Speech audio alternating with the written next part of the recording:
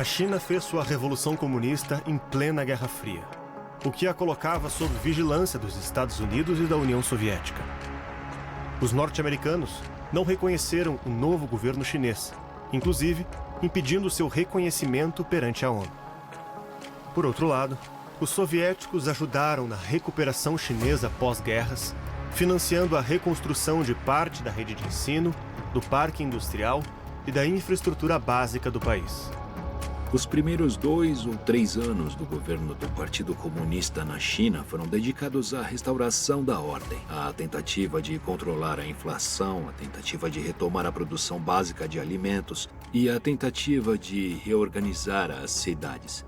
Isso incluía convencer muitos camponeses que haviam fugido para as cidades a voltar para o campo, para que eles pudessem reorganizar as áreas urbanas. O Partido Comunista viu isso como um grande desafio, porque eles não queriam ver esse aumento desenfreado na população pobre, nas grandes cidades, que nem tinham empregos suficientes para eles mesmos. E em 1950, o Partido Comunista Chinês implementou uma política nunca vista na União Soviética, nem em outros países da Europa Ocidental, que era o sistema de registro de residências ou o sistema Hukou. Nesse sistema você nasce em um lugar em que seus direitos a serviços de bem-estar, educação, serviços médicos e outros estão vinculados a esse local de nascimento. Se você se mudar para outro lugar, perderá todos esses benefícios. Isso é uma coisa única no comunismo chinês.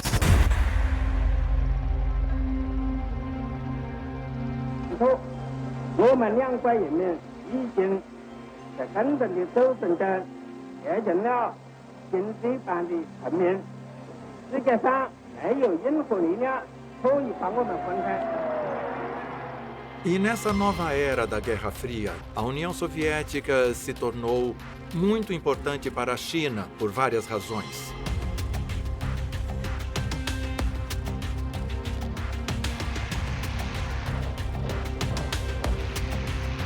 A União Soviética proporcionou uma forte ajuda militar para modernizar rapidamente as forças comunistas chinesas. A União Soviética forneceu armas avançadas, forneceu conselhos militares e basicamente ajudou a transformar as forças de guerrilha chinesas em uma força armada moderna e profissionalizada. Eles não só ofereceram ajuda financeira, mas também, mais importante, deram muitos conselhos. Para executar um plano soviético, tinha que fazer um planejamento no estilo soviético. Então, vários consultores, especialistas em urbanização, técnicos, todos foram para a China para dar conselhos sobre desenvolvimento. Os consultores soviéticos estavam por todo o país e ficaram lá até o final dos anos 1950. O que o Stalin fez foi mandar centenas de pessoas para trabalhar na China e ajudá-los a se recuperar.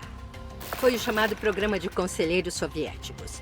Ele recrutou pessoas de vários lugares da União Soviética, principalmente de Moscou. Acredito porque entrevistei muitos deles já mais velhos, quando os conheci. Mas eles disseram que, como primeiro requisito, era perguntado: você é do Partido Comunista? Se dissesse não, eles diziam adeus. Eles faziam isso. Era assim. As pessoas eram enviadas para fazerem tarefas específicas. Eles enviaram enfermeiros, professores, homens para a construção. Eles queriam ajudar a recuperar as perdas que haviam sofrido nas guerras anteriores e facilitar a transição da China para se tornar um novo país no mundo comunista. Mesmo com a ajuda soviética, a pobreza continuou persistente no país. A produção agrícola ainda era insuficiente para abastecer as cidades. E trabalhadores urbanos continuavam a fazer greves por melhores salários e condições de emprego. Após quase uma década de crises, Mao Tse-tung apresentou seu plano de recuperação econômica para a China.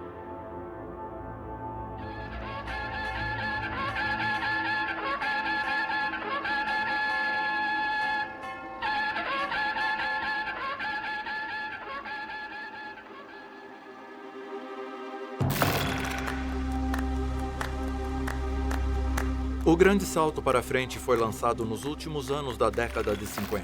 A China basicamente prometeu alcançar o Ocidente em menos de 15 anos. O governo estava tentando mobilizar o maior número possível de pessoas para se comprometerem com grandes projetos industriais. E o que aconteceu foi que as pessoas se afastaram dos campos agrícolas e começaram a trabalhar nas fábricas rapidamente construídas. E o resultado foi a interrupção das semanas regulares de plantio. E, é claro, teve uma quantidade tremenda de desperdício como resultado das plantações de quintal ineficientes. Os tradicionalistas diziam que era preciso mecanizar e depois socializar as relações. Então eles iriam trazer maquinário grande, iriam abrir campos enormes. E aí faria sentido ter cooperativas, coletivos, comunas, o que fosse. O argumento de Mao era que as pessoas estavam trabalhando em territórios mínimos. E como seria possível mecanizar territórios tão pequenos? O melhor seria socializar primeiro, criar grandes lotes de terras, e aí ficaria mais lógico mecanizá-los. Então, de forma lenta, mas firme, os lotes de terra individuais que tinham sido dados aos camponeses como resultado da reforma agrária foram tomados através de um processo de cooperativização e coletivização. E todo mundo se empolgou e seguiu os oficiais locais, porque Mao Tse-tung disse que era o que precisavam. E isso tinha relação com uma variação no pensamento de Mao em relação ao marxismo e a Stalin. Outra coisa importante nos anos 60 foi o voluntarismo. Em vez de seguir leis objetivas, como as que o marxismo e Stalin diziam, você podia incluir fatores subjetivos. Então, barreiras objetivas ao desenvolvimento poderiam ser superadas pela vontade humana. Era a ideia de que nós podemos ultrapassar restrições objetivas só com a vontade humana e com o poder humano.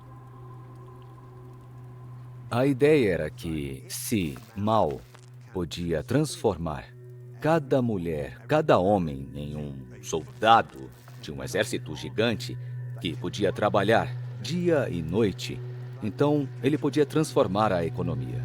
E ele podia ser a pessoa que levaria a China do socialismo para o comunismo. Em outras palavras, ao agrupar as pessoas naquelas comunas populares gigantescas, Mao achava que poderia criar uma utopia de abundância para todo mundo.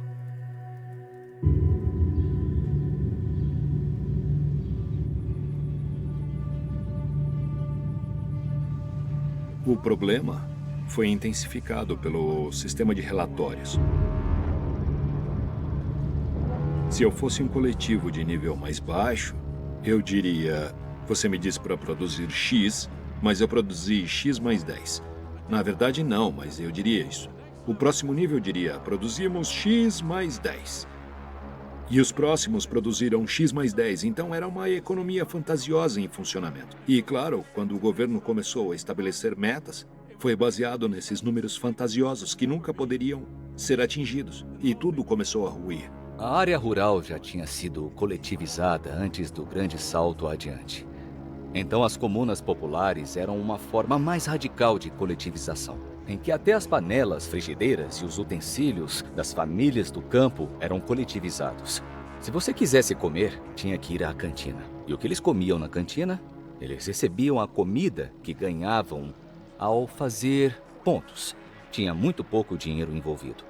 Então o problema era que, ao tirar todos os incentivos para se trabalhar no campo, já que a colheita não era deles, já que os grãos eram comprados pelo Estado bem abaixo dos custos de produção, já que não havia propriedade privada, já que os fazendeiros eram tratados mais ou menos como escravos à disposição dos funcionários do partido, todos os incentivos foram eliminados, o que resultou numa diminuição drástica da produção. Mas, por outro lado, os funcionários do partido precisavam forçar a população a produzir mais e mais. Eles precisavam cumprir metas de produção e aquisição cada vez mais altas. E o resultado foi uma espiral de violência. Se o fazendeiro não trabalhasse, o funcionário do partido batia no fazendeiro, chicoteava o fazendeiro. Se você não trabalhasse, o princípio de Lenin de os que não trabalharem não comerão, seria implementado. Então, se você estivesse doente, se você estivesse velho, se por alguma razão você não pudesse ir até a plantação e participar do esforço de produção, você não seria alimentado nas cantinas coletivas. Se você pegasse comida sem ter trabalhado o suficiente, você seria banido das cantinas. Em outras palavras, a comida virou uma arma para forçar as pessoas a trabalharem mais e mais. Então, na verdade, milhões de pessoas de 1958 até 1962 estavam sendo cruelmente mortas de fome. Obrigado por ter acompanhado até aqui. Você faz parte de um grupo de pessoas que está constantemente em busca da verdade.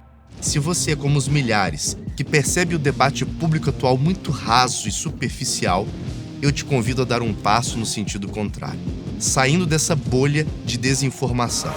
O que você viu agora é apenas a ponta do iceberg. Nossa missão é muito maior, é um resgate. Queremos devolver aos brasileiros o acesso à nossa cultura, à nossa história e a uma educação que realmente forme o indivíduo. Ação! Um trabalho que tem mudado milhões de brasileiros e que, para continuar, precisa de você. Só é possível produzir esse nível de conteúdo com essa seriedade sendo independente. Não temos patrocínio de governo e jamais aceitaremos R$1 do dinheiro público. Nossa única fonte de receita, o que mantém toda essa estrutura de pé e nos permite oferecer vídeos gratuitos como este que você acabou de ver, é a nossa comunidade de membros assinantes. A oportunidade que eu quero te dar agora é a de sair da posição de espectador e se tornar um viabilizador dessa causa. Ao assinar a Brasil Paralelo, você não ganha apenas acesso a um catálogo com o que há de melhor em educação e entretenimento no país. Você garante que conteúdos assim continuem tendo um lugar, com a qualidade que você exige e com a credibilidade que o Brasil precisa. Toque agora no link aqui embaixo, escolha o seu plano e venha ser parte de algo maior. Muito obrigado pela confiança e te vejo na nossa plataforma de membros.